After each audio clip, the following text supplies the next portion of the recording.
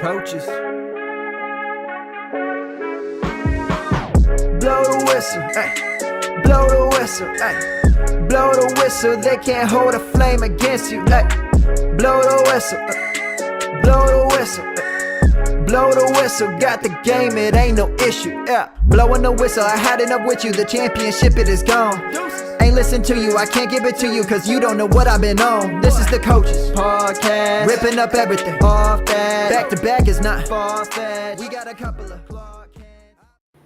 What is going on, everybody? Welcome back into the Fantasy Coaches. I am your host, as always, guys, Coach Steve. You are back for another fantastic episode today, guys. We are talking about ADP to some extent. We are talking about early round players and who to take and who to avoid and not make that mistake early in your drafts. Of course, we have today Coach Tyler. What's going on, brother? What's going on, guys? Yeah, we're in the official week 1 of the preseason, so we're happy. Yes, absolutely. The Hall of Fame game was, well, it was fun to watch, but I wish it was week 1 at this point. But yes, we are in the preseason and got a lot of things going on there. And of course, we have a guest on today's show, Garrett Ball, my friend. What's going on? Welcome into the show today. Oh, thanks for having me. I really appreciate it. Absolutely, absolutely. So like I said, guys, we are talking about players in the early rounds. So if you're starting your drafts, like maybe some charity leagues or whatever leagues, I know I'm starting a few drafts right now with Coach Tyler. You're trying to figure out how not to mess those early rounds up there because there's so many great players, but some of those players don't end up always working out and panning out for us during the entire season. So we got to try to figure out which players who to avoid, maybe some strategy talk a little bit here today. So we're going to get right into it. News-wise, kind of just bypass the news. Nothing like overly concerning that we won't talk about at some point over this next month here. Can I bring up something real quick that I thought was interesting? Yeah, go ahead. Did you see the blurb from Sleeper about Najee Harris he's walking laps as part of his rehab for his eye injury? I didn't see that. That's hilarious. I don't how it just doesn't compute. I'm like, I don't understand how, but I mean, okay, maybe he needs to get back into the swing of things. So yeah, that's a fun one. Just more Marion Hampton hype. Hopefully, we'll talk about hopefully at some point today. But yeah, that is pretty funny though. I know Sleeper has a new feature out there. So if you're a Sleeper owner or commissioner, they have a new like payment system or some shit out there. Not system, but payment tracker. I try to get them to do like a multi-year one because that's so much easier for dynasty commissioners to have like a multi-year like thing. But enough of that, guys. So we're going to get into the heart of today's episode, guys, because there's a lot to talk about, and I want us to make sure we have plenty of time to get through a lot of shit here. So we're going to do by position, and we're going to start with the quarterback position, guys, here. Obviously, these are the early round quarterbacks, and basically what I'm doing, and if you're wondering, where am I getting these players from, I'm taking ADP off Fantasy Pros, average draft position kind of players here, that these are the players that are going essentially in the top 50 terms of ADP. Now, your league might be different. They might take quarterbacks early. They might take 12 quarterbacks early in some of your leagues. Obviously, this isn't super flex. This is more like a standard 1 QB kind of situation here. But these are the top 5 quarterbacks going in the top 50 here. Josh Allen, Lamar Jackson, Jaden Daniels, Joe Burrow, and Jalen Hurts, guys. So, Garrett, since you're our guest, I'll kind of let you talk first here on this. Sure. And we'll start with the negative.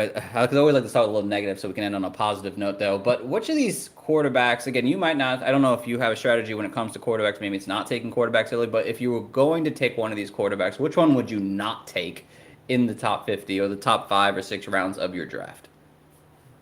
So I think after doing some studies, both in the middle of the season last year and in the off season in general, I found that like middle of last year, just to kind of set up my answer here, I drafted for the first time since, well, actually, I haven't had Patrick Mahomes on a redraft team since his second season, or effectively his rookie year, where he passed for 50 touchdowns and went insane. I got him off waivers.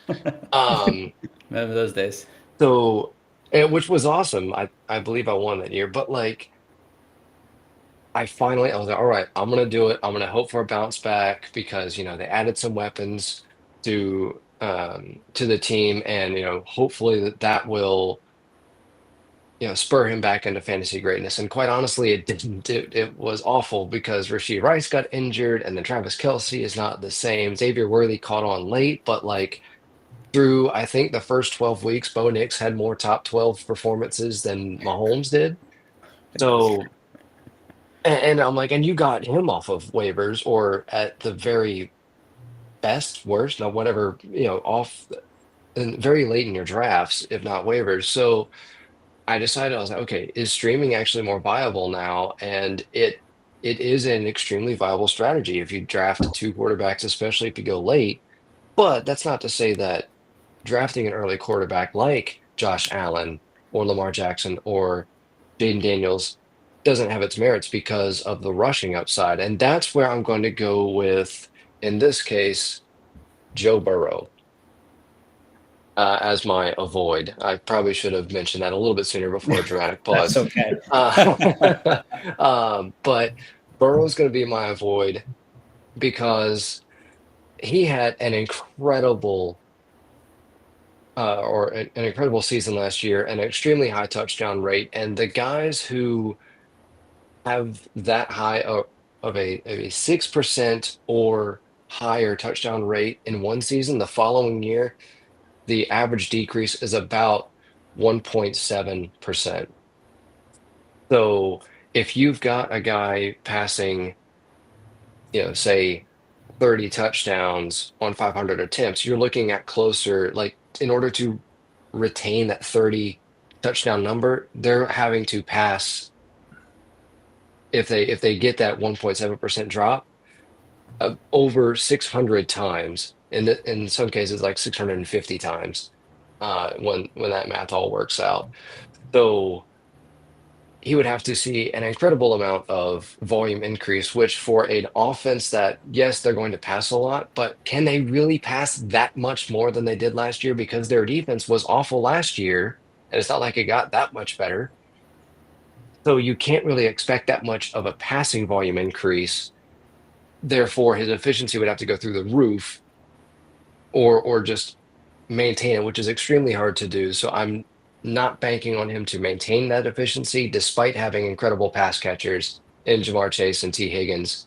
So Burrow is going to be my risky pick here, thinking that he's going to be in for some touchdown regression. All right, I like it. I kind of I see where your head's seeking when it comes to Joe Burrow, and you guys got to remember also the injury concerns with Burrow as well is something to take into kind of consideration as well. Coach Tyler, where do you stand with early round quarterbacks, and who's the guy you believe is the biggest risk to take early? Yeah, I'm not against early round quarterbacks. It 100% to me is dependent on the scoring of your league. In one of the leagues that Coach Steve was talking about at the beginning, where we're already drafting, we're getting rushing bonuses for rushing first downs accounted for, and then obviously you have your rushing touchdowns and everything like that. So I took a player semi-early in Jalen Hurts, who is going to get a lot of 3rd and 1s that are going to turn into first downs and get me some bonus points there. But I'm not against early round QBs. It mostly depends on your conviction around the guys that are taken around, right? If you are kind of in this dead spot for running back or receiver and you feel like there's nothing beneficial to take there, you feel like you're taking guys maybe at ADP that you're taking above what they really should be at, then take an early round quarterback, right? We want consistency. These are the guys that, week to week are most likely going to be your top scoring players if you draft them right. And so even in single quarterback, the difference between a quarterback that's going to get you 16 points on average and the quarterback that's going to get you 22, 23 points on average is going to make a world of difference in what your week to week scoring looks like. And with that, the one guy that I'm maybe not as in on as most people is going to be Jaden Daniels. He has insane rushing upside. Y'all know I'm a Texas Tech guy, so we love Cliff Kingsbury being the one calling the plays there.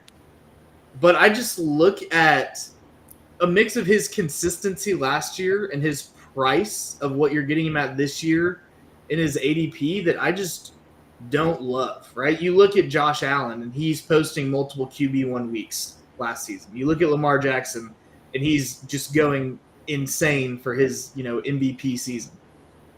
And these are guys that have done it before, right? Joe Burrow had, really fed Jamar Chase a crazy season. Jalen Hurts is going to get you, at minimum 10 rushing touchdowns because they haven't outlawed the tush push yet.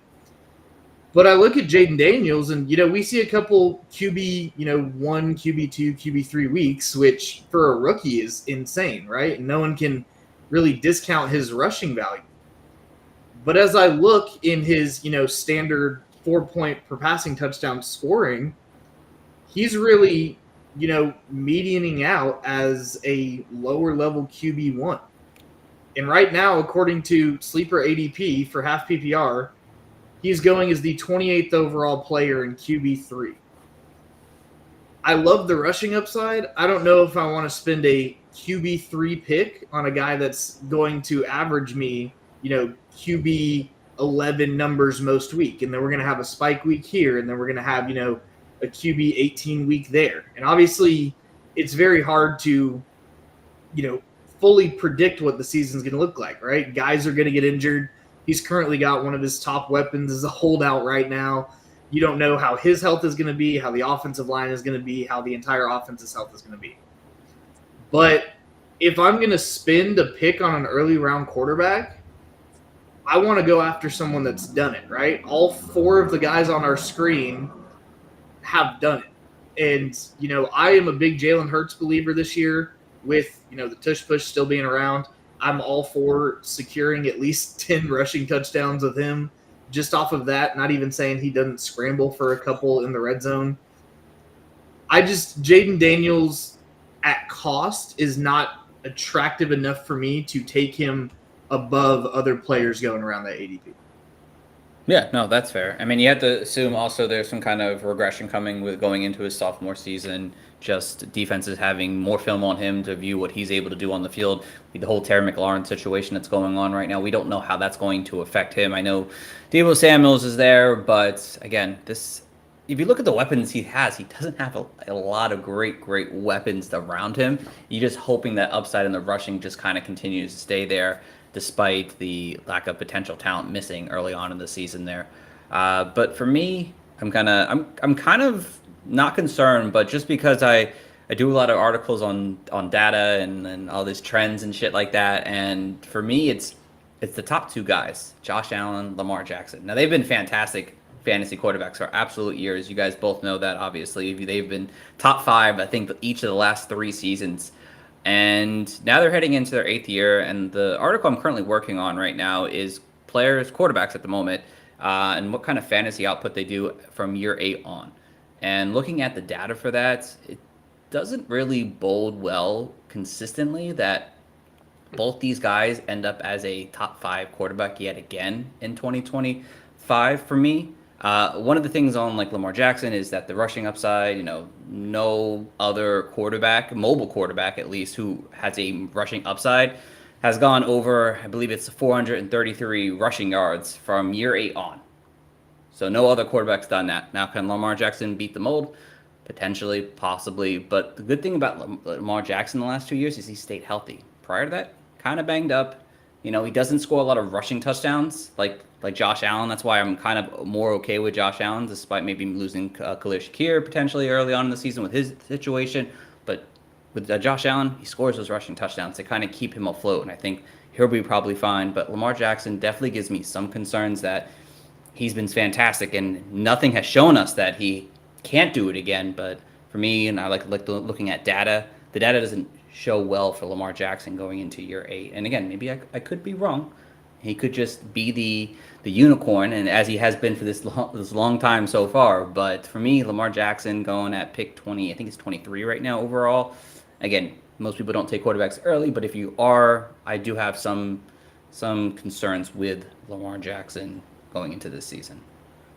And if you, Steve, if you want another data nugget to go along with Coach Tyler's, Jaden Daniels thing, 66% of rookie quarterbacks.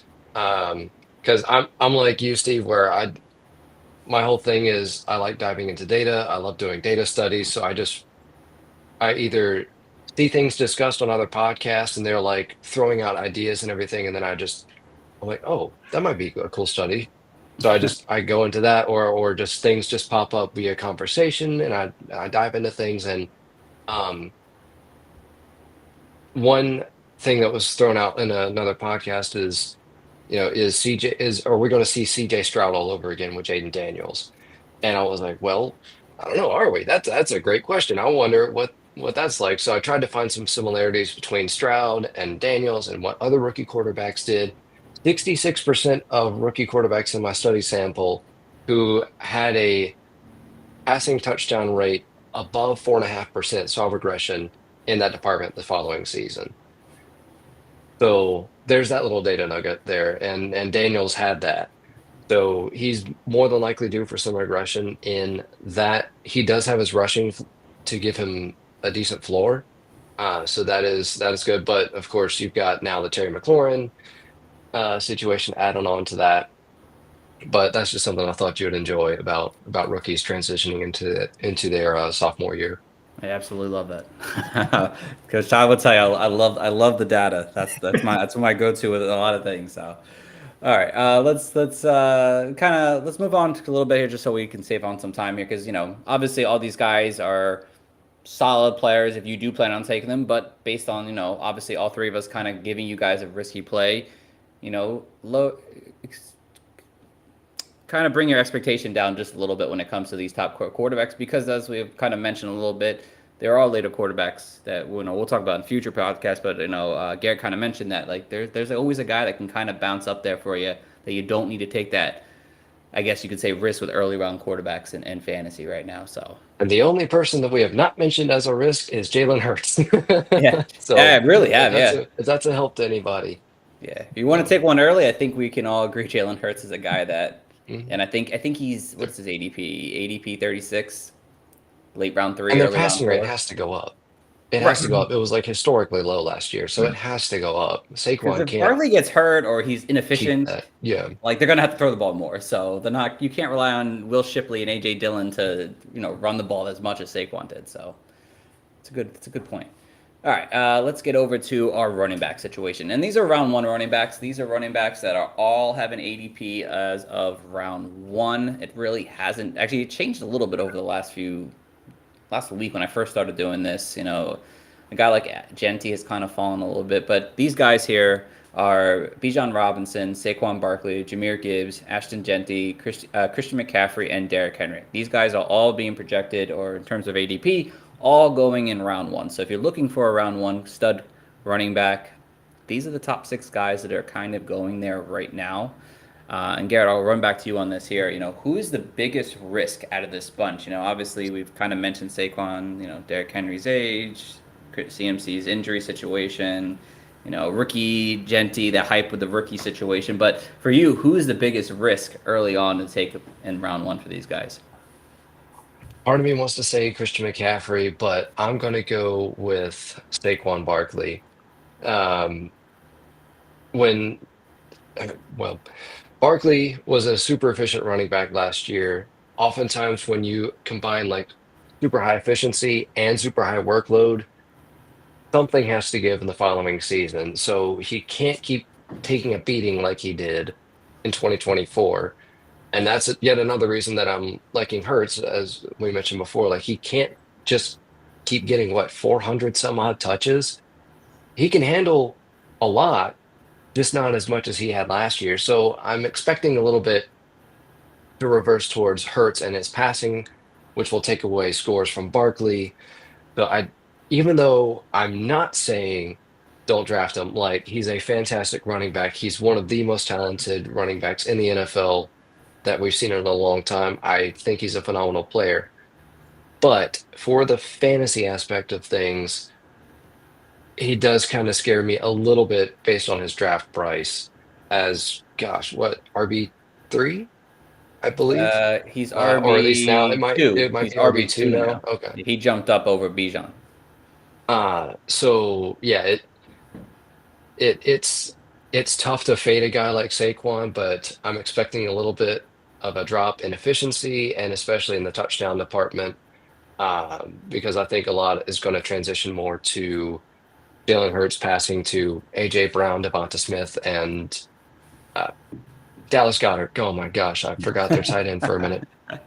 It's okay. So did they. They didn't want him. They didn't want him this offseason. So, no, I completely agree with you. You know, Saquon's, for me, it's like the obvious choice. Obviously, there's so much going on against him right now, and you know, with the Madden curse, you know, with back-to-back, you know, RB1 seasons are very rare. You know, the 300 plus touch season. You know, like there's so many things going against him. And a buddy of mine, we were talking about it. The best way he describes it is, you know what? If he can do it again, fantastic. But you know what? I'll let someone else on their team, and I'll watch from the distance, see him do it again. That's the best way I feel like to describe Saquon Barkley this year is that, you know what? If he does it again, fantastic. But you know what? Let him do it for someone else's team. Yep. And I'll, you know what? That's my mistake. It's my mistake. That's kind of how I see Barkley in this situation. Coach Tyler, what about you?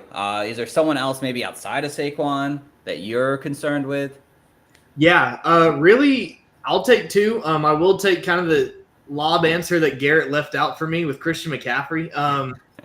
You know, I was told I think maybe a freshman in college, and I was, you know, talking with some fantasy guys. And, you know, people always feel off about injuries, but the one thing that I was told is if there's ever a running back with an Achilles injury, stay away from them at all costs, right? It doesn't matter how good they are, stay away, right? And that's what we saw with J.K. Dobbins. And we saw a little bit of a resurgence like 4 years after the Achilles tear.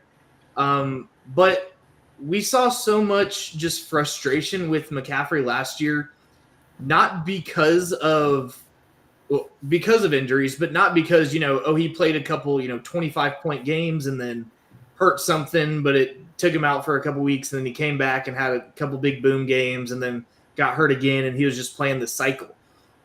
We just didn't know what we were going to get, right? Everyone that drafted Christian McCaffrey thought up until Tuesday of week 1 that he was going to be, you know, good to go and play, and it was just a little, you know, tendon scare with the Achilles tendonitis or whatever it was.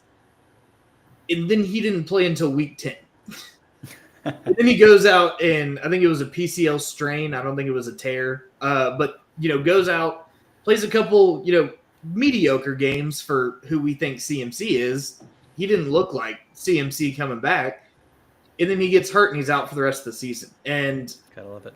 I know the 49ers are going to say, you know, oh, he's healthy. Oh, he looks he's in the best shape. He's looking great in camp, supposedly. Yeah, he looks great in camp. They also told us for the entire summer last year that his Achilles tendonitis was nothing and that he was going to be good to go week 1. So I don't trust a word that comes out of their mouth regarding CMC. Oh, God. And y'all know I like to play with the fun numbers and, you know, look for not necessarily data trends, but just trends that really catch my eye. And so if you look at CMC's finish, obviously has his rookie year and goes crazy. Or has his rookie year, you know, RB10. And then he finishes his second and third seasons RB2 and RB1. And then the next 2 seasons after that, we see 3 games played and 7 games played. But then he ends up in San Francisco and finishes as RB2 and RB1. And last season, we see 4 games played. So if we're going off the trends here, we're going to see maybe 8 games out of CMC, and then at his age 30 season, he's going to be RB2. But, you know, just the injury, the age, obviously, if he hits, he hits. But he is arguably the biggest boom-bust player in all of fantasy because when he booms, you just hit black gold. That is true. But if he busts, you want to throw your phone through the window. So CMC, he's the biggest boom bust, probably the easiest risk to both take and avoid if we're being honest with ourselves. But then there's Ashton Genty, right? He goes to a Pete Carroll offense. He goes to the Raiders that, you know, aren't the most abysmal offense in the league, but, you know, they're not outstanding. They're not on the level that some of these offenses are. And there's all this talk about, oh, he's in a Pete Carroll offense and he was drafted 6th overall. He's going to get 300 touches immediately. Oh, Chris Carson. Oh, all these different things. but we don't know what it's going to be. And as much as I've looked at camp reports and beat writers, maybe it's just the fact that everyone knows he's going to be good. I haven't seen too much on Ashton Genty, which is possibly a good thing, but also I want to hear how good he is, right? We see all these different, I haven't heard, anything bad about T-Mac coming out of Carolina beat writers, right? I hear about him almost every day. I've heard about Ashton Genty maybe once every couple weeks. So I think I know we've had this, resurgence of rookie running backs that can come in and immediately produce and be these bell cows and 3-down guys and be outstanding in fantasy.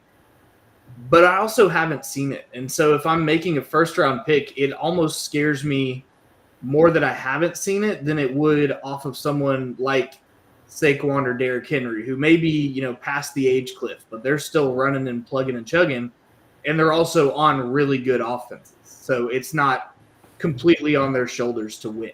Mm. For me, it's just Genty is just going to see so many touches. I don't see like Mostert taking enough work that Genty isn't going to see close to 300 touches as a rookie. I feel like he's pretty safe in that regard, but I get it. I'm a big Ashton Genty guy. I somehow wiggled my way into him in a lot of dynasty leagues. I have him in a lot of my starting lineups. But that doesn't mean it's not a risk if you're, drafting in your home league above some of these guys that we've seen go out on the field and do it against, a little bit better talent than what he was seeing in the Mountain West. That's fair. One quick note before we move on to the next round here is just I feel like a very dark horse because he's going so high as he is, Jahmyr Gibbs, as kind of not a big risk, but like, would I be surprised if he doesn't finish top 5, top 7? I don't think I would be that surprised because he's still a guy that's going to be somewhat of a shared system there. They got I think it was 11 and 16 touchdowns in his first 2 seasons here. Are the Lions going to be as good? I know there's whispers out there in the community where it's like, does the Ben Johnson effect really change that offense where maybe they want to throw the ball a little bit more to their wide receivers? Are they as good being able to score 16 rushing touchdowns in a season? Just something to think. Might be nothing. Drop him in the top 4 guy, but just in case, not just in case because you can't do anything about it, but don't be surprised. I think if they have passing game, I mean, he's seen 71 and 63 targets the last 2 seasons. So if he's not getting the rushes, it's not necessarily taking him out as much as someone like David Montgomery, who wasn't used as much in the pass game. That's fair. Just a thought, fun thought though.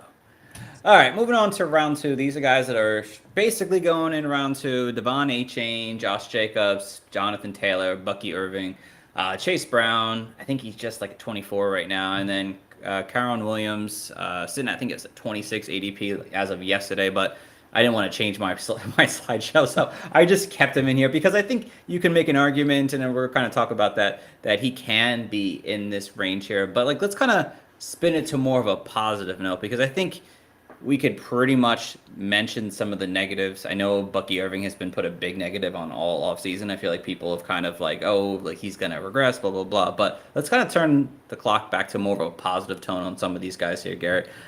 Which one of these guys would you bet thrives this season that, ends up maybe jumping most of the guys in round 1 by the end of the season? I'm going to take an easy way out. Okay. I hate to say it, but I'm going to go with Chase Brown. Partially because Zach Moss is no longer on the Cincinnati Bengals, so some of his competition is now just off the team. His main competition from last year is off the team. Was it Taj Brooks or Taj Brooks? Yeah. Is this Taj Brooks? I was like, I don't know, Dark West Samaje Future, but Perine. that's the Rams. But yeah, Taj Brooks was drafted in round 6. I'm not that worried about a day 3 running back, even though I think that's exactly what Chase Brown is. But just how much trust they put in him last year and knowing the kind of workload that he can sustain, even going back to his college days, I think that it's wheels up for Chase Brown. I think that he's going to have a pretty good season. even if, say, Joe Burrow regresses or whatnot, they're going to have to score at some point because, again, their defense is so awful. So that might translate to more rushing scores for Chase Brown, but I think that he could definitely be in for a good year. Just, I mean, heck, based on volume alone, but he was not a bad back as far as like efficiency goes and pass catching. So he's just a all around workhorse back. That's fair. Make sure you draft yourself Samaje Perine, just in case. Just in case. I could see a 6-game stretch where Samaje Perine does an RB2 for your fantasy. But Coach Tyler, how do you feel about this round here? Who's one guy that you're really looking forward to maybe take or things can propel to the next level? Yeah, I'm a big JT guy, but I've heard a lot about JT this offseason, so I feel like it's not really a surprise. So one guy I'm going to go with is Josh Jacobs. Very quietly RB6 in PPR and RB5 in half PPR scoring last year, right? 1,300 yards, 15 rushing touchdowns, and then, just under 45 targets in the passing game. He still has the juice. And this Green Bay offense looks like it's going to be better than it was last year, which, according to Sleeper's team ranks, was 5th in total offense in the NFL. I know it's not, the sexy pick. You're not getting, if you don't follow Sleeper NFL on Twitter, you don't know who Bucky Irving is. But if you do follow them, you see about 17 tweets a day about how they love Bucky Irving. But, Josh Jacobs, he's just done it forever, right? If you look back at his history, right, anytime he's played a full season, he's consistently been, or even, a partially full season, he's been consistently a top 10 guy, right? And now he goes to an offense that there's going to be a lot of eyes on the pass game, right? Who's going to be the wide receiver one? What's Matthew Golden going to look like? Are we going to have a Tucker Kraft breakout? This, that, and the third, right? Everyone's focused on Jordan Love taking the next step, what the passing game looks like for Green Bay. Josh Jacobs went out and had 15 rushing touchdowns last year. And I'm not going to say that he's going to have, 15 this year, but 1,315 is an outstanding season. And I feel like he's not getting talked about enough or even being necessarily drafted at his floor because everyone's so focused on the Green Bay passing game. So Josh Jacobs is one guy that I've really kind of fallen in love with this offseason of, hey, this is someone that I can get that's going to be an anchor for my team. And as long as he can, stay healthy, which we've seen one season in Green Bay and he has, but if he can stay healthy, he's about as solid of a second-round pick as you can get. Yeah, I mean that was gonna be mine, to be honest. I mean, someone who I think can, one of a few players I think can still reach 300 touches this season. Personally, like him and Jonathan Taylor, two guys that I have like complete faith in this round that should be really good for your fantasy teams. The other four, I feel like there are some question marks, especially about durability, especially with A-Chain, Bucky, just some durability issues for me overall with those guys there. But I'm going to keep us moving because we're over the 30-minute mark here. So let's get to these dead zone running backs, because I think this is where you could really, I think, make or break your team. I mean, all the guys in all the running backs in the first two rounds, they're all really good. And I think outside of injuries and maybe some efficiency play, they all should be good this season outside of missing time. But I think these guys could either make or break your team, especially if you maybe avoid running back early, or you're hoping that these guys are going to be an RB1 for you this coming season here because they're drafted a little later. You get better value out of them. But Garrett, which of these? Give me one guy real quick that you really want to go after in this round. This is that 3 and 4 round. Let me mention the players for the people who are listening. In this round of the dead zone running backs are Breece Hall, James Cook, Alvin Kamara, Chuba Hubbard, Ken Walker, Joe Mixon, which he's probably going to fall a bit more by the time you get to your drafts in a few weeks, Marion Hampton, and James Conner. But at the moment, these are the top 50 running backs right at the end here. So. Give me one guy you like and one guy you're trying to avoid in this round of dead zone running backs, Garrett. So it's Omarion Hampton for me. I think I was going to tried to hint at that a little bit I think you did earlier with my Najee Harris news. But it's Amari Hampton. He's a fantastic running back. He was my RB2 coming out of college this year, right behind Ashton Genty. The Chargers, they were top 12 in rush attempts last year with a coming off of multiple injuries, J.K. Dobbins and an inefficient Gus Edwards. So if you think that, yes, they do have Justin Herbert and he's a fantastic quarterback, and they will use him and to throw the ball, which because they should. But if you think that Hampton's not going to get a lot of work, or that the rushing attempts could even increase from where they were last year, I don't know what to tell you. I mean, it seems to just be setting up perfectly for Hampton unfortunately at the expense of Najee Harris, who injured himself. And um, I'm not trying to take the human element out of it, but for fantasy specifically, That's it fair. seems to be all like the stars aligning for that bit. As for an avoid, I would say James Cook because of the holdout, and there's not a good history of players holding out and then coming right back into season. That's You true. can think Josh Jacobs when he had a holdout, and Brandon Ayuk when he held out and then got injured. But I'm going to go ultimately, because I don't want to take an easy way out twice. I'm going to say Brees Hall. Okay. I do like the Jets. I do like Justin Fields, but I'm not exactly sure how much it's going to impact Brees Hall. I think Fields did check it down a little bit more last year than he had in previous years, because he is growing to a little bit wiser quarterback and knows to check it down to his check it down to his running backs. But even if he's checking it down, how many rushing attempts is he going to be taking away from Brees Hall, or even rushing scores or what have you? So that little bit of uncertainty makes me want to go elsewhere in that running back dead zone area, even though I know Brees Hall has some inherent upside, but I just like my certainty, or my feeling of certainty and safety elsewhere.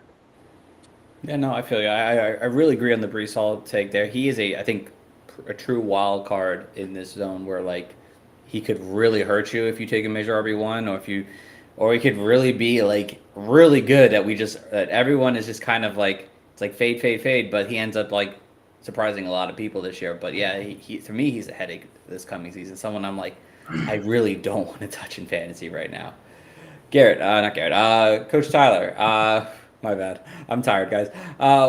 Same question, obviously for you. Who's someone that you're comfortable taking, and someone that you're trying to avoid if you can. Yeah, I'm comfortable definitely on Hampton after the Najee stuff. Again, this is one of those, the coaching staff and everyone told us that, oh, it was fine. It was a superficial injury. He'll be back and ready for training camp. And he's still walking around in a hoodie and a helmet. So we'll see what that looks like. But one player that I really like out of this group is someone that I feel like we've talked about a ton this offseason is Alvin Kamara. Oh. Yeah, listen. Not Joe Mixon. As I've seen the reports come out, I just think about our bounce back episode. It just breaks my heart every time. But yeah, Alvin Kamara, right? We've constantly talked about it. So go back and listen to previous episodes wherever you get podcasts or on YouTube. A little plug there. But we've given all the data, all the everything about Alvin Kamara. If you aren't playing in a standard league, which you shouldn't be, his value is insulated enough that the Saints can be terrible. If they're dumping the ball off to him, it doesn't matter.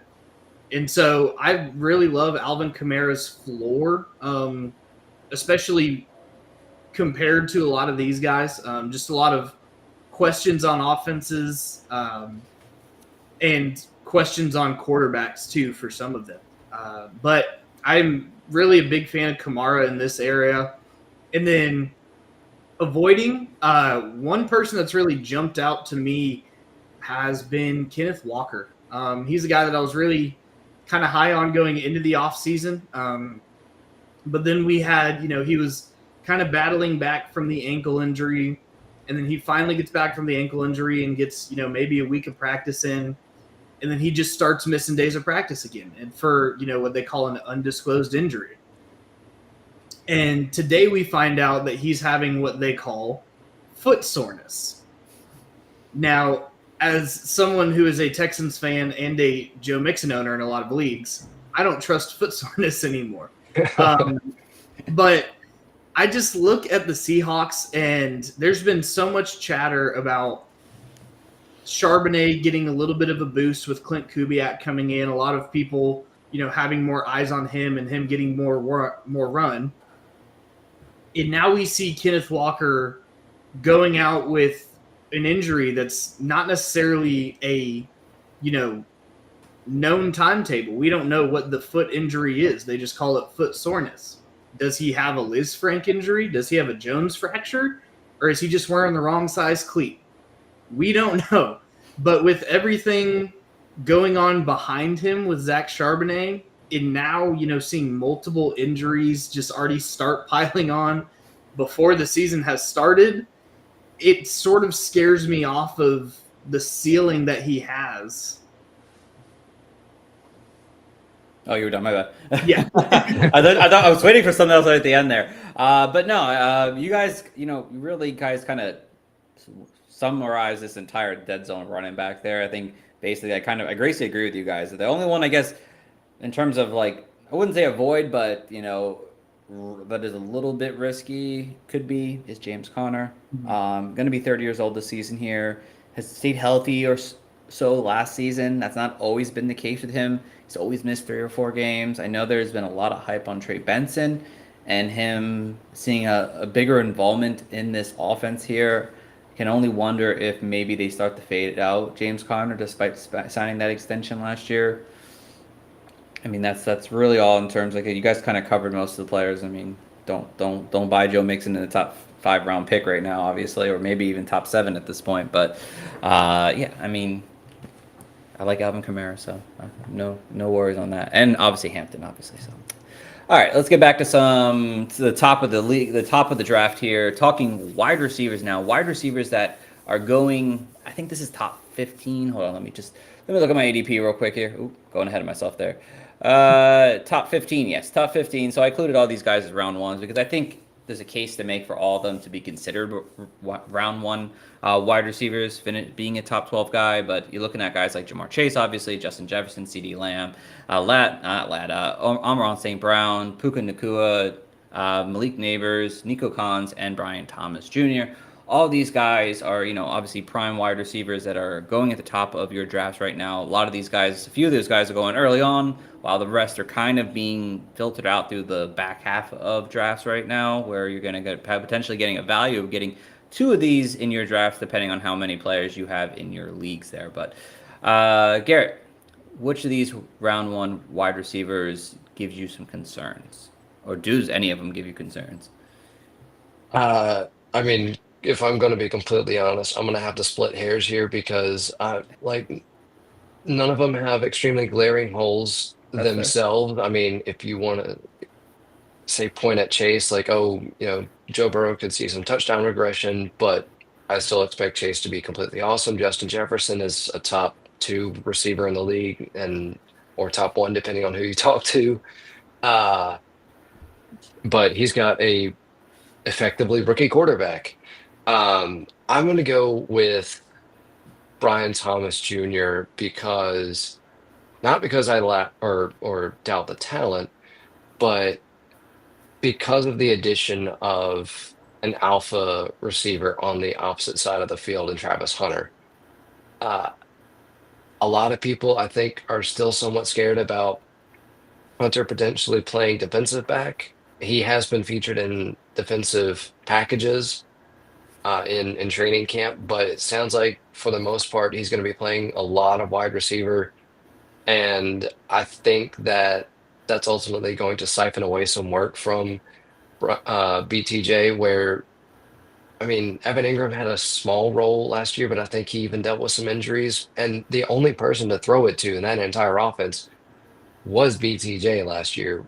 Sure so was. He had almost no competition. I mean, Gabe Davis isn't even on the team anymore.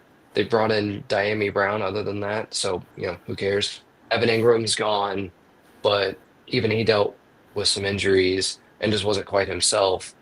So yeah, like any competition brought in is going to be an upgrade over what they had last year. And drafting the number 2 overall pick in Travis Hunter is certainly competition, if I should say so myself. So it's not doubting him. It's just simply there's been some significant competition added via Travis Hunter in that offense. That's fair. I agree with you on that statement there. Honestly, I don't have any real concerns, but there are those, if you have the flag, it's like an orange color. It's like there's something there, but like it's not like, wow, you should stay away from Brian Thomas Jr. in drafts right now. So, Coach Tyler, how about you? Anyone give you some current concerns? Yeah, I think this is another one that I've voiced over the last couple of weeks. But Puka Nacua, obviously, we see the exit of Cooper Cup, Mr. Triple Crown, but we see the addition of Devontae Adams, and I'm not going to say that that's going to eat into Puka's target share at all. But the biggest concern that I have around Puka is his quarterback, right? I mean, we've seen all the training camp videos of Malik Neighbors. We know CJ Stroud and Trevor Lawrence. We know Jared Goff and Dak Prescott. We kind of know JJ McCarthy. Supposedly he's playing in the first preseason game. He's going to start that. So we'll see a little bit more of him. And then we obviously know Joe Burrow. But Stafford has just been dealing with this kind of pesky back issue. And, this isn't necessarily something that he can go get a surgery and be good to go by week 1. This isn't something that it's like, oh, he just has to rest it and then it'll be fine. I haven't seen an official diagnosis for it, and I don't think the Rams are going to put one out. But we're practically a month away from the season opener. I think they open against the Texans on Sunday night. And Stafford still isn't practicing. There's been not a lot of talk about his rehab and, steps that he's taken. And he also is, 37. And if you're old enough to remember his years in Detroit, it's not like he had a cushy job back there. He was getting beat up. So he's been beat up. He's been put through the ringer for a lot of his career. So the fact that he's held up this long is still insane. But, old man back problems. You don't want to have that. And if he's going to be the one delivering the ball to Puka Nacua, who you're taking in the first round, and Devontae Adams, who's going to be a third round receiver, maybe second round if you really believe in him, I don't want to have a backup quarterback throwing to him, right? I don't want to have a Jimmy G. I don't want to have a Stetson Bennett in there trying to get him the ball as much as you would anyone else. So Puka's really the only concern that I have. Like Garrett said, it's kind of splitting hairs at this point because in a perfect world, all of these guys are at their ADP, and it makes 100% sense as we look at it. But if we're splitting hairs, the fact that I don't know the health of the quarterback playing for Puka scares me. That's fair. That's fair. Yeah, I definitely don't want Jimmy G or Stetson Bennett as his quarterback in 2025. That's for sure. Like I said, you guys kind of like those are the two major ones, not major ones, but keen ones there for sure. I think a case could be made for a guy like Amon St. Brown. Again, I guess I'm kind of down on Detroit this year, but the switch from Ben Johnson, do they move away from using Amon St. Brown as the primary target? I've been hearing in training camp like Jameson Williams is getting more involved. They obviously signed. Who was that wide receiver for this offseason they signed? Drafted Isaiah. Tesla. Isaac Tesla. Isaiah Tesla, yeah. Tesla or something. Tesla, yeah. Weird pronunciation. Two deep threat wide receivers. Obviously, last year Sam Laporta wasn't fully healthy early on in the season, and he started kind of coming around late. So, maybe Amron going as a top, 7 pick, could be the upside. Maybe the elite upside may not be there, where he may be probably better off maybe as where Brian Thomas is going at ADP 15, or maybe at least Malik Neighbors at ADP 11, than as ADP 7 or 8 or 7 or 6.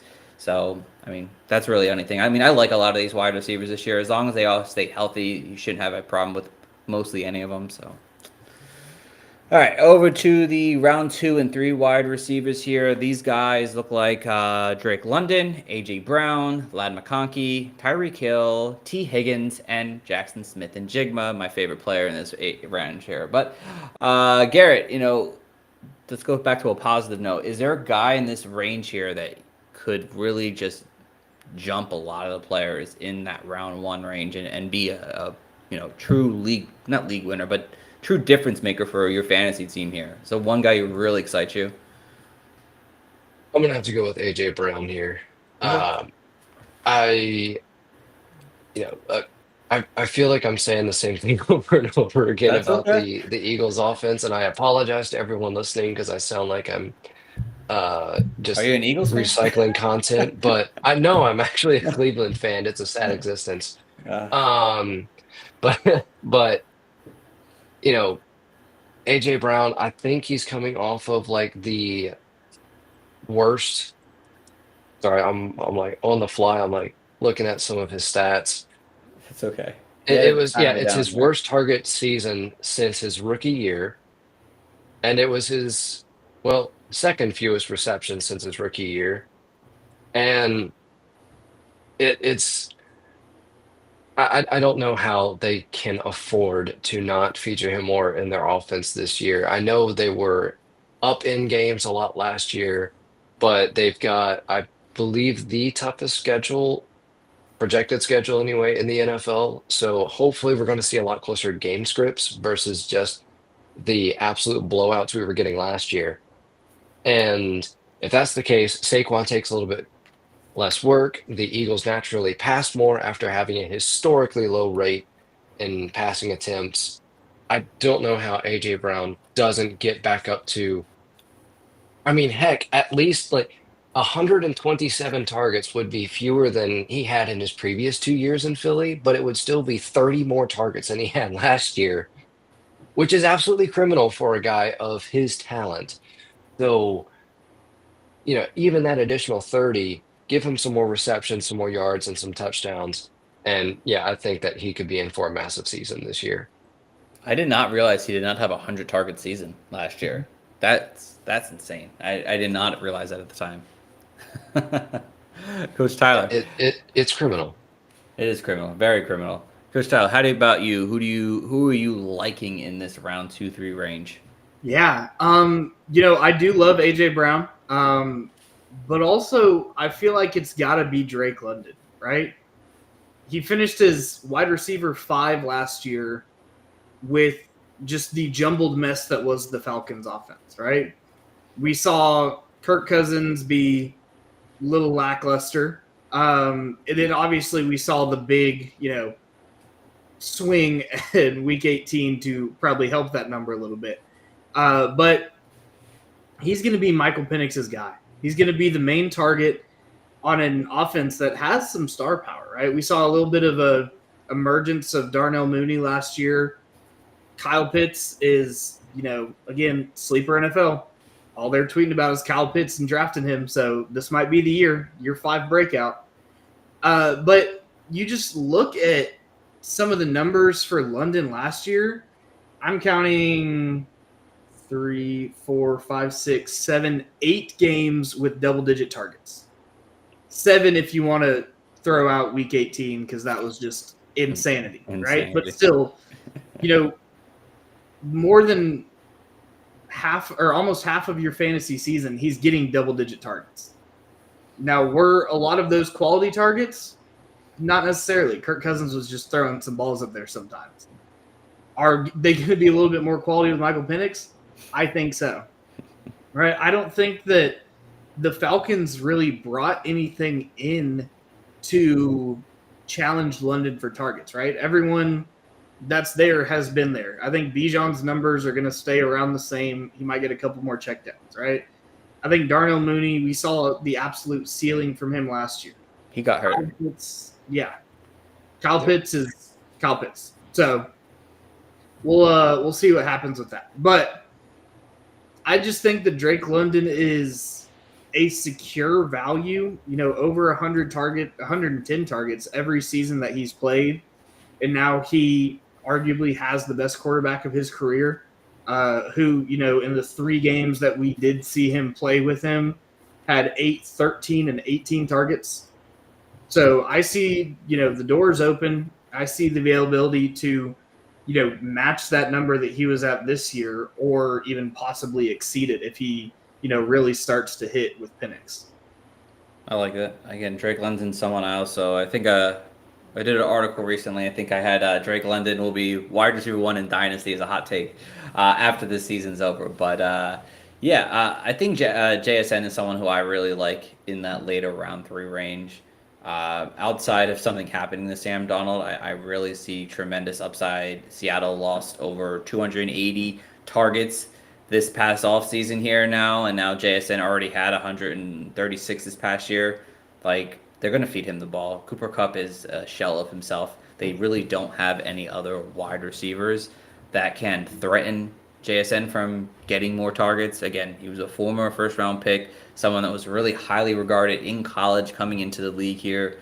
I don't see a reason why he can't jump up and maybe beat out some of those guys in the tier above in round 1 because of the volume he's going to get in this offense.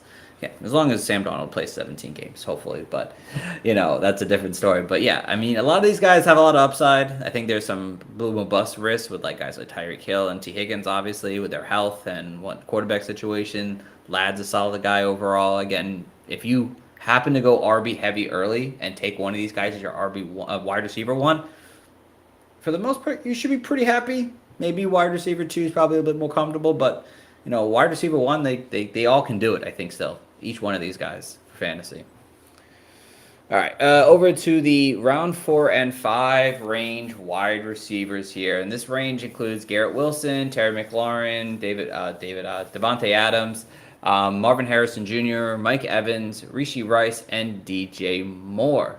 Now, Garrett, quickly, give me one guy that you like in this area and one guy that you're trying to kind of stay away from. I really like Mike Evans just because he's he's so far been an automatic 1,000 yards and 8-ish touchdowns in a given season. So I like Adams there. And I'm going to skip over the guys that are having, some legal issues / trade issues, and go with, let's go with an uncertainty in DJ Moore. Like, there's a lot of pass catchers in Chicago. How's the order going to shake out? You've got a lot going on there and a lot of change. So DJ Moore's in a bit of limbo.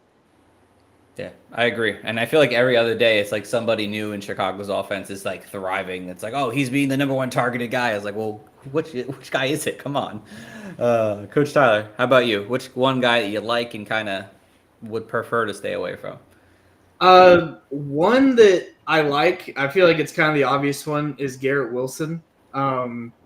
He's, alone really in that wide receiver room again. And Justin Fields can't run the ball every down. And so I really like Garrett Wilson. I feel like he just has one of the most secure floors of this entire offense, right? He's had 147, 168, and 154 targets over his first 3 seasons. And that's all with different quarterbacks, all with different receiving corps. And so he is, arguably the probably highest target getter out of this offense, or out of these options, if we're being honest with ourselves. And if we can somehow figure out that Rishi Rice is only suspended for a game or 2, then I'm jumping in on that train, right? He is Patrick Mahomes' number 1 target anytime he is on the field. The problem is we just need to keep him on the field. So if he's on the field and I know that the suspension is extremely minimal or somehow getting delayed until 26, then I'm all in on Rishi Rice. One that I'm staying away from, kind of talked about, we'll use Devontae Adams, kind of like we talked about Puka Nacua. But one that I'm kind of scared of seeing is Mike Evans, right? It took up until his last reception that was kind of forced him last year to break that 1,000-yard mark again. But there's just so many weapons in Tampa Bay now, right? For the longest time, it was just him. And then they got Chris Godwin, and it was like, all right, sweet, we have Chris Godwin. And then Cade Otton started to have a couple pop games as a young tight end. And then they got Rachaad White, who is a good pass catcher. And now they have Rachaad White and Bucky Irving, and you still have Chris Godwin and Cade Otton, but you also have Jalen McMillan, who flashed last year in Evans' injury, and you have Emeka Egbuka, which Baker is talking up like he's going to be his number one receiver for the next 10 years. And there's just a lot of mouths to feed.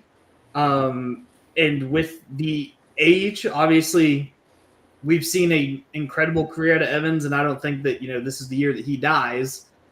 But for fantasy, I see him almost having the lowest floor of anyone available here, just because the rest of these offenses, I would say maybe the Bears have the same thing, but I feel like DJ Moore's value is a little bit more insulated, even if Ben Johnson hates him. So, I'm honestly kind of staying away from Mike Evans just because there's not even so much on the team, but there's so much in the receiver room that he's having to compete with. That's fair. Yeah. For those curious about Terry McLaurin, just in a general sense, if he happens to sign within, I think, honestly, for me, within the next 2 weeks, that price range is still pretty good. If we're getting to the end of August and he still hasn't signed, and if you see him in round 5, it probably would avoid him at that point again. But again, if he signs within the next 2 weeks before the third preseason game, I'm okay with him in round 5, 4, maybe round 5 better than 4, because I think he's a round 4 guy right now. Marvin Harrison's a guy I feel like we're kind of drafting him again, kind of at his ceiling. Right? Kyle Murray isn't a proficient passer, and I don't see him ever throwing the ball close to 600 times in a season, and I think he had 540 this past year. And I feel like we drafted Marvin Harrison at his ceiling and as a rookie, and I feel like we're kind of doing that again a little bit. Hopefully he proves me wrong, because I do like Marvin Harrison Jr. a lot, but he's someone that kind of gives me some concerns. So, all right, moving on to our last segment of the night, last position of the night here, guys. Early round tight ends. There's 4. Really 3 now, but because I didn't want to change my ADP, we're including 4. And that's obviously Brock Bowers, Trey McBride, and George Kittle. Those are the confirmed ones. Sam Laporta fell out of the top 50. I think he's like 52 overall ADP. So I just kept him in there anyway. But Garrett, I'll let you kind of start first. How do you feel about taking tight ends early? And what's the guy you're trying to target at ADP value? I'm trying to target tight ends early this year, mostly because I don't really care for a lot of the options on the lower end of things. There's some sleepers that are fine, but at price, I did a mock yesterday, and it kind of depends on where your league is drafting in the ADP. Bowers is going later in places versus earlier in others, and vice versa for all these guys. But I think honestly the best value is probably George Kittle, because he's somewhere around I'm seeing him around 4, round 5 area in a lot of places, and that's just fantastic value for an elite tight end for me. Nothing against Bowers, nothing against McBride. I think those are both great selections.